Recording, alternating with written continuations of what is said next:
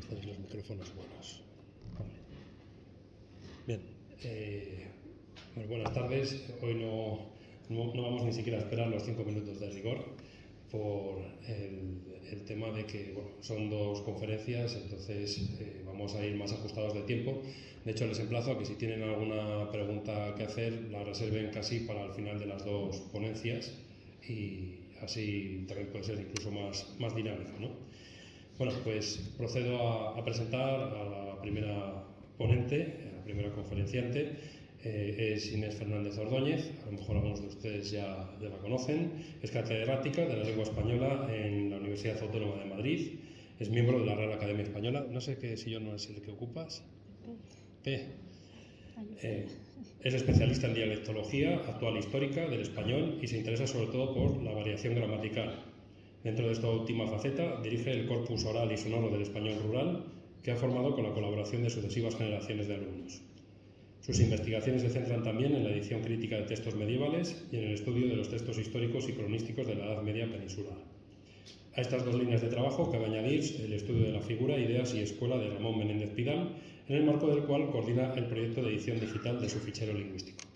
Podríamos ahora citar una ristra enorme de artículos y de obras, pero lo que digo, como vamos con un poco de prisa, sin más le cedo la palabra para esta conferencia que sin duda va a ser de su agrado, sin una vez más agradecer su asistencia a pesar de esta sequía informativa a la que ha sometido a las jornadas, así que muchas gracias por haberse acercado hasta aquí. Muchas gracias. Muchas gracias, Ricardo. Es para mí un placer estar en este lugar que no conocía y que es precioso, ¿no? No solo el lugar, sino la remodelación que se ha hecho. Muchas gracias. Parece que se ha apagado. ¿Ahora? A ver, ¿ahora? ¿Ahora? Igual se está acabando la batería. Pero sí, ahora sí se oye. Ahora parece, pero pone low battery. O sea, entonces, en cualquier momento puede haber. Por si acaso, lo que vamos a hacer es cambiar. Eso es el de antes.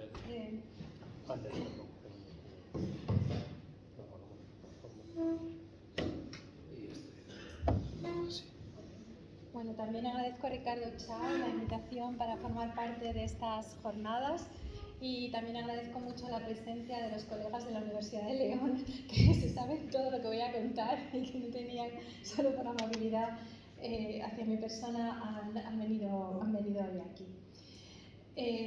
Bueno, les voy a plantear un problema y es el problema de la gestación de lo que entendemos por castellano o español. El pensamiento medieval creía en la etimología como herramienta de comprensión del mundo. A través de los nombres de las cosas se podía llegar a entender su esencia misma, de forma que el signo lingüístico que designaba una entidad, una acción o una propiedad no se creía arbitrario y convencional, como hoy sabemos, sino que se pensaba esencialmente motivado por la realidad a la que ese signo refería. Es por ello que San Isidoro de Sevilla, ¿no?, cuyo panteón, hermoso panteón tenemos aquí en la ciudad de León, escribió la descomunal enciclopedia de las etimologías. En ella creía posible no solo reunir todo el conocimiento disponible sobre su mundo contemporáneo, principios del siglo VII, sino exponerlo y entenderlo gracias a la precisión analítica proporcionada por la técnica etimológica. Si traigo a colación esta vía etimologista de diseccionar la realidad, no es, claro está, porque siga teniendo vigencia alguna, sino porque precisamente de forma sutil se mantiene en no pocos hábitos interpretativos del pasado. Se piensa así que realidades complejas pueden definirse por la etiqueta de un nombre, y es más, que ese nombre explica la realidad en sí misma. De esto trata justamente el caso que les voy a presentar aquí, el nombre de nuestra lengua y la realidad que se esconde tras él.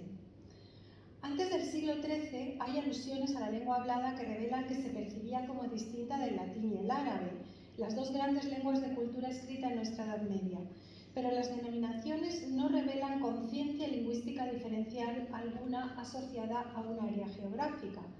Gonzalo de Berceo, por ejemplo, afirma escribir en román paladino, pero no, pongamos por caso, el romance o lenguaje riojano, castellano o navarro.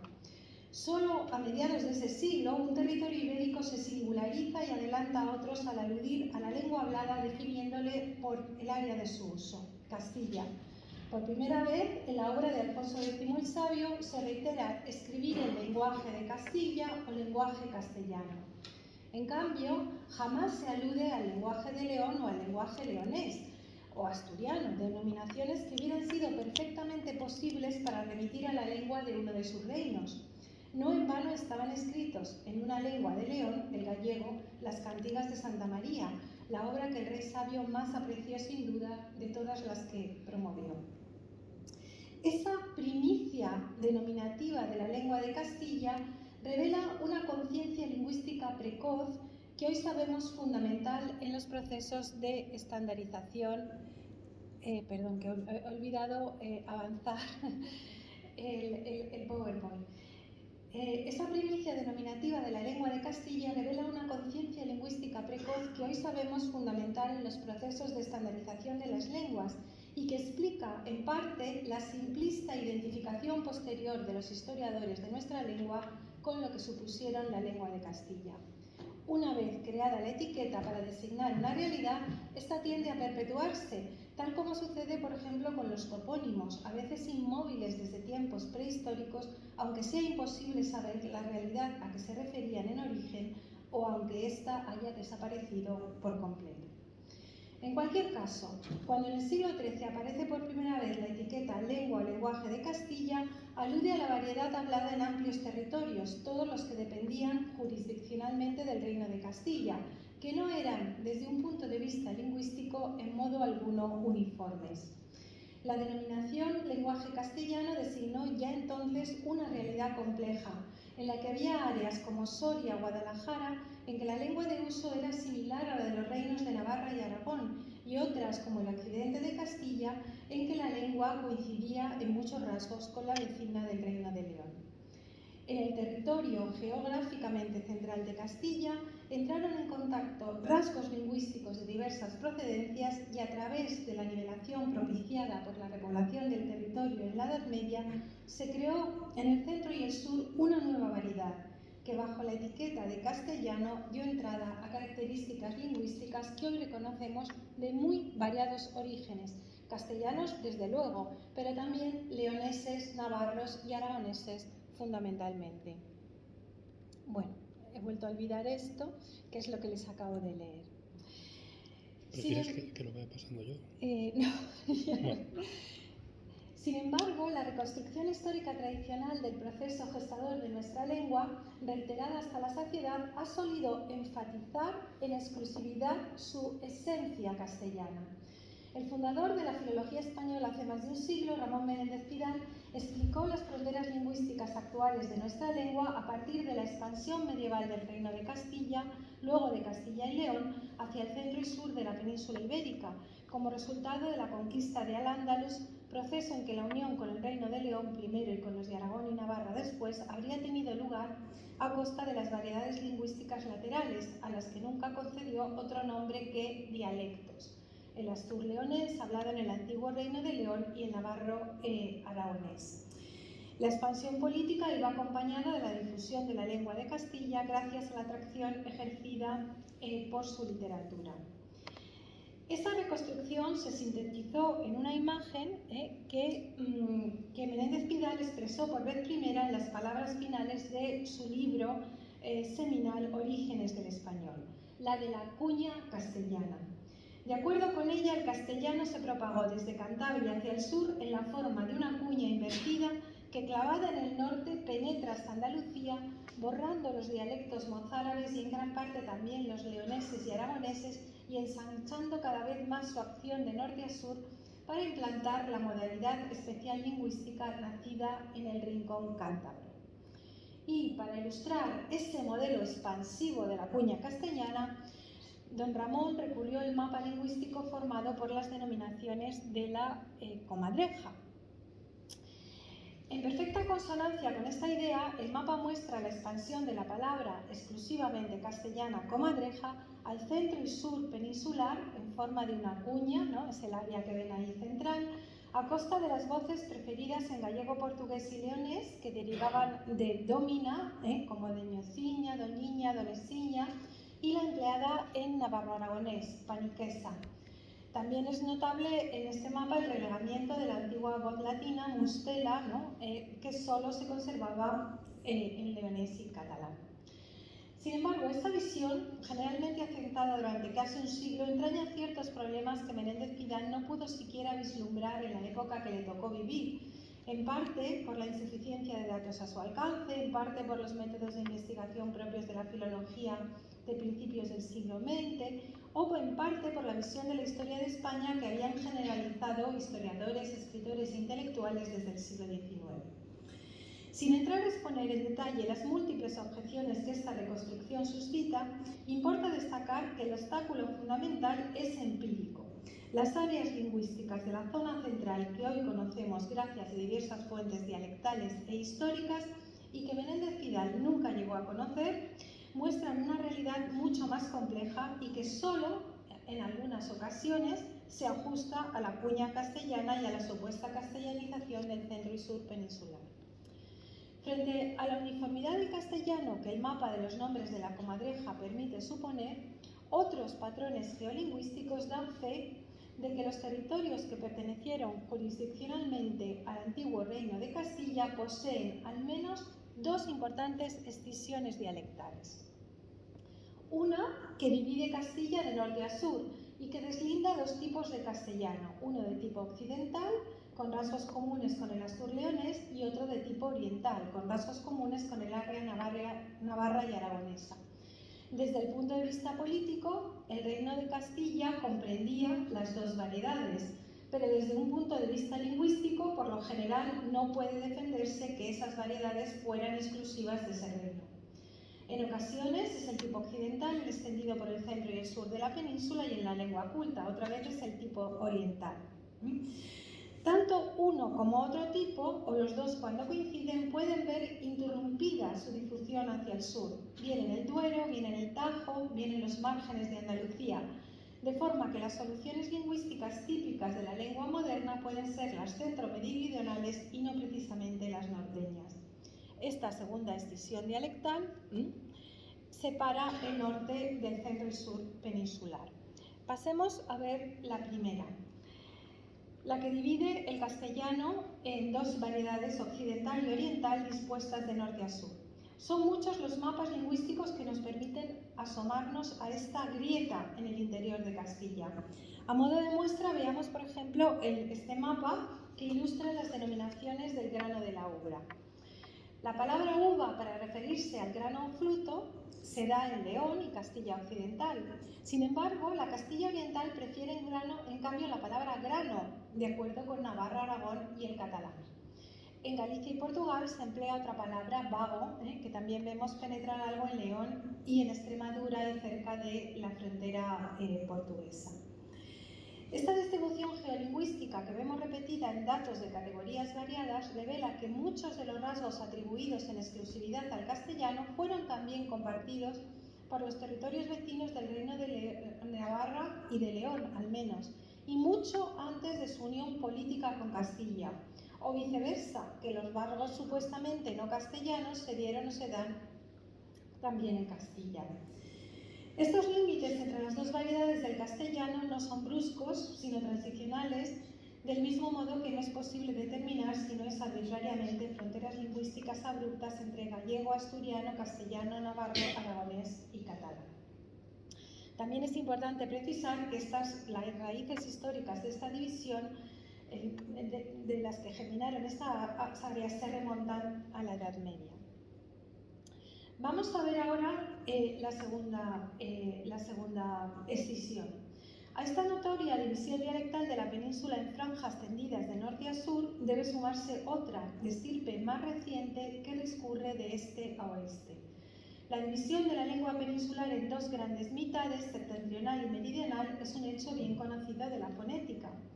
Pero la solución de continuidad entre el norte y el sur se extiende también al léxico y a la gramática. En ocasiones, al igual que en la fonética, las innovaciones lingüísticas parecen proceder del sur y el norte tiende a conservar un estado lingüístico más antiguo. Otro integrante del reino animal, de nuevo un mamífero carnicero como la comadreja, dibuja un ejemplo claro de este patrón geolingüístico. Se trata de la zorra, voz hoy habitual en nuestra lengua frente a la antigua forma raposa.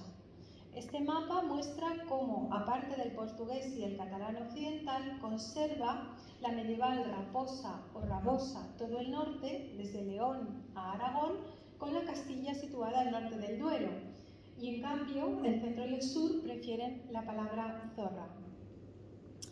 Junto a casos como estos, en que una solución común al oriente y al occidente norteño no ha conseguido imponerse en el centro y sur de la península ni en la lengua moderna, debemos valorar otro tipo de patrón geolingüístico que también origina frecuentemente una división entre el norte y el sur.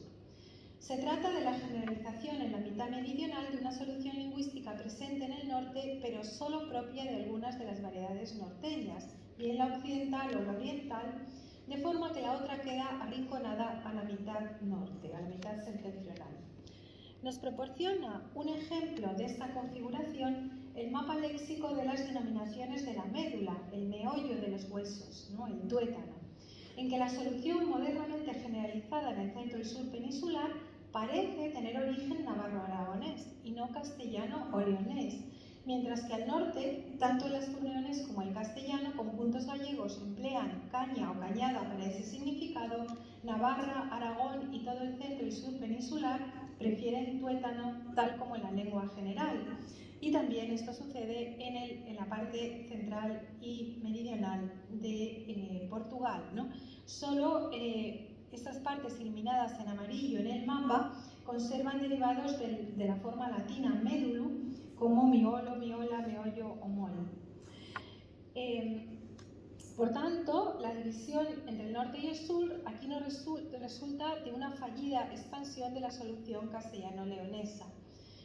También podríamos pensar que Cañada es una innovación posterior, pero desde luego este patrón nos muestra de nuevo la división entre el norte y el sur. La ocasional prevalencia de las soluciones centromeridionales en la lengua escrita y culta puede conectarse con el desplazamiento del foco de influencia lingüística de Castilla la Vieja a Castilla la Nueva en el tránsito de la Edad Media a la moderna, tradicionalmente asociado con el traslado de la corte regia al centro peninsular.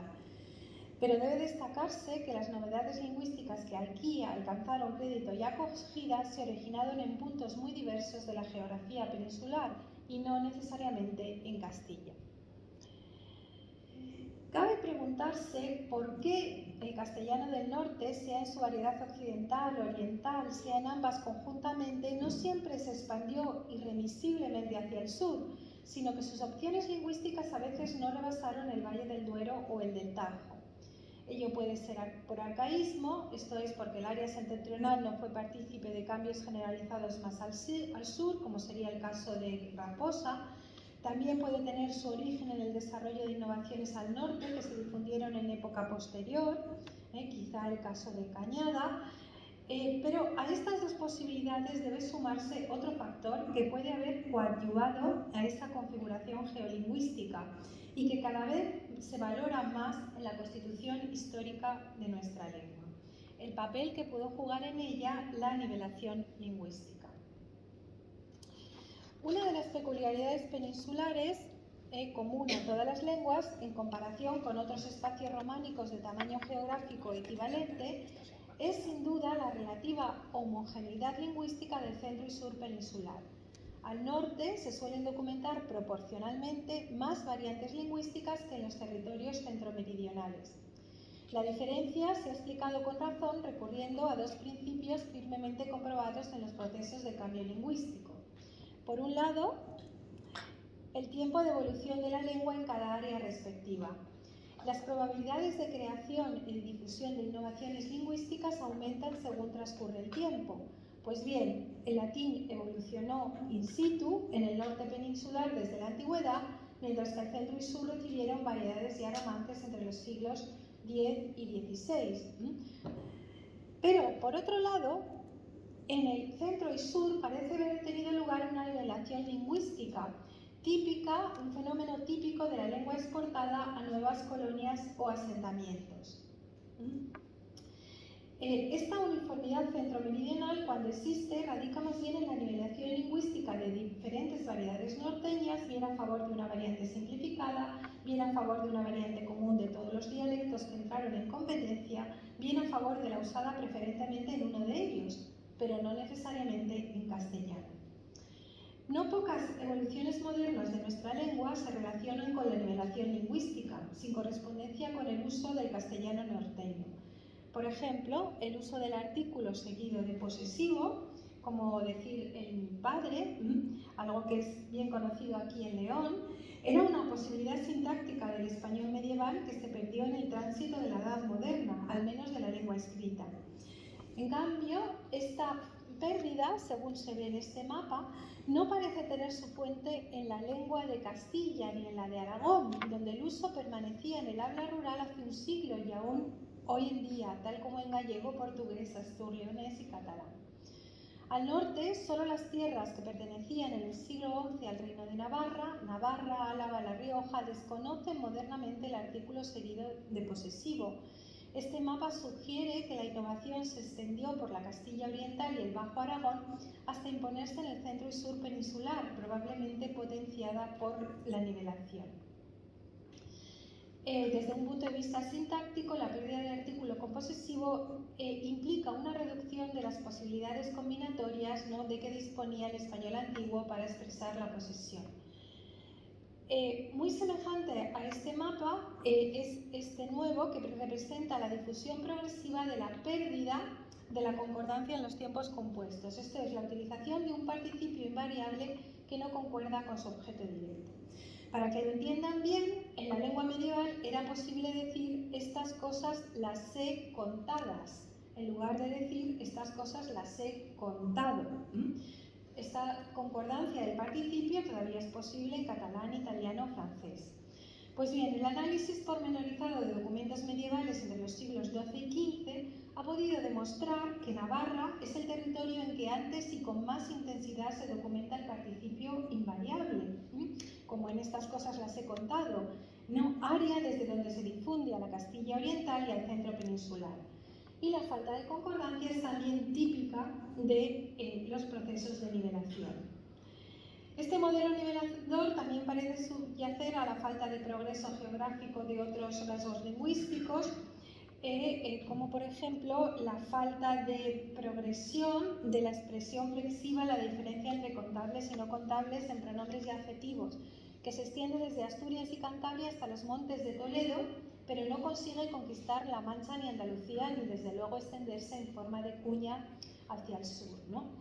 Este trazado geográfico coincide grosso modo con la expansión territorial castellana, pero solamente hasta el siglo XII. Los territorios conquistados o poblados posteriormente desconocen este fenómeno, que no consiguió imponerse en el resto de variedades peninsulares, quizá porque era un uso demográficamente minoritario entre los individuos que entraron en competencia al sur, y era quizá un rasgo que exigía aumentar el número de rasgos flexivos que el hablante debía tener en cuenta y, en consecuencia, al ser un rasgo añadido y no simplificado, no fue favorecido por la nivelación.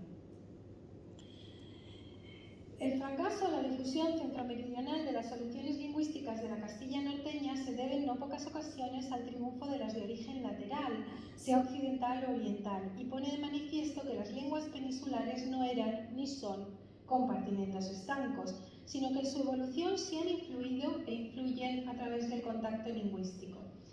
Hay cambios hoy generales en español cuyo foco debe situarse al oriente, en la antigua corona de Aragón. Un caso notable es el caso de nuestros pronombres de primera y segunda persona de plural, nosotros y vosotros.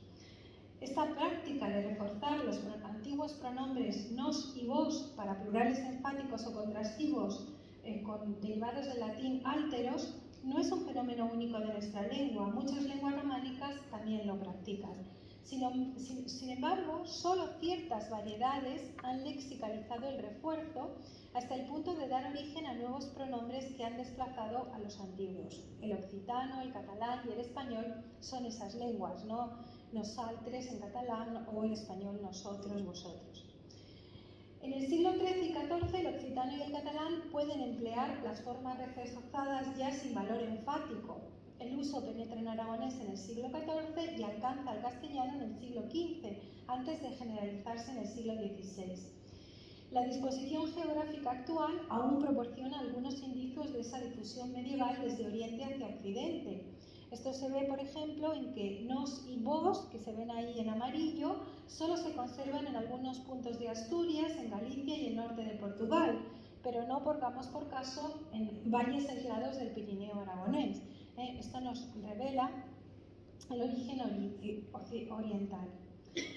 Bien, si la aparición de nosotros y vosotros en nuestra lengua no puede entenderse sin el catalán y el occitano, otro canto cabe decir de los tiempos compuestos, en que en este particular se trata de una evolución de alcance más extenso, porque afectó en realidad a toda Europa. Los tiempos compuestos que hoy emplean gran parte de las lenguas europeas son una rareza desde un punto de vista universal, ¿no? La mayor parte de las lenguas del mundo no los conocen. Pese a pertenecer a familias lingüísticas muy diferentes y a veces estas familias no están emparentadas entre sí, las lenguas de Europa, a través del contacto, han desarrollado y difundido rasgos lingüísticos, y uno de ellos son los tiempos compuestos. Bien, un análisis de la disposición geográfica de esas características señala como foco original de la zona de contacto entre el francés y el alemán, desde donde se difundieron en una segunda etapa a las lenguas italo-romances, ibero-romances, al sardo, al holandés, al albanés y sucesivamente al resto de las lenguas europeas. Pues bien, el siguiente mapa nos muestra, en perfecto acuerdo con esta distribución europea, que los tiempos compuestos penetraron en la península ibérica por el extremo oriental, en contacto con el dominio galorrománico, y que se difundieron progresivamente a lo largo de la Edad Media desde la Corona de Aragón hacia el centro y sur peninsular. Bien, si muchos de los rasgos lingüísticos hoy característicos de nuestra lengua fueron adquiridos en procesos compartidos con el oriente peninsular y que procedían del oriente, no son escasos los aspectos en que nuestra lengua ha convergido con Occidente. Uno bastante claro es el paradigma de pronombres relativos e interrogativos. Nuestro sistema actual de relativos, que distingue quién de qué, se reconoce ya en los siglos XV y XVI y nace del abandono paulatino del sistema medieval de relativos, que era mucho más parecido al del catalán, para adoptar un sistema de relativos que poseían antes ya el gallego-portugués y el astur-leonés desde los tiempos, desde las primeras documentaciones. Lo mismo sucede con la adquisición del cuantificador alguien, que hoy emplea nuestra lengua, una innovación de origen occidental, probablemente astur-leonesa. Alguno era la forma preferida en la lengua medieval y clásica, mientras que en gallego, portugués y astur-leonés antiguos se empleaban también alguien y alguien. Y no menos importante es la mutua influencia que tuvo lugar entre Andalucía y la mitad meridional de Portugal. A pesar de que la reconquista del Algarve terminó ya en el siglo XIII y de que la implantación de la lengua gallego-portuguesa en estos territorios es muy antigua, el portugués del centro y del sur y del este confluye en no pocos aspectos con las variedades de la zona central. Por ejemplo, el rasgo que más nítidamente caracteriza la gramática del andaluz occidental es la pérdida del pronombre de segunda persona del plural, vosotros, a favor de un único alocutivo de segunda persona, ustedes, que se usa tanto en registros formales como informales. Pero lo que no solemos observar, en cambio, es que la misma igualación ha tenido lugar de forma paralela en el portugués del centro y del sur, variedades que solo conocen vosés, igual que solo el andaluz occidental emplea ustedes. Bien, con esto llegamos ya a las conclusiones. No sé si me estoy sobrepasando el tiempo. He tratado de saltar algunos pasajes para ajustarme al apretado programa que tenemos hoy. La existencia de todos estos patrones geolingüísticos no implica que en ocasiones la cuña castellana que defendió por Menéndez Pidal se ajuste a la distribución de los hechos, como por ejemplo sucede con el área léxica de Comadreja. Pero como hemos visto, ese modelo no parece ser suficiente para explicar la configuración lingüística del área central.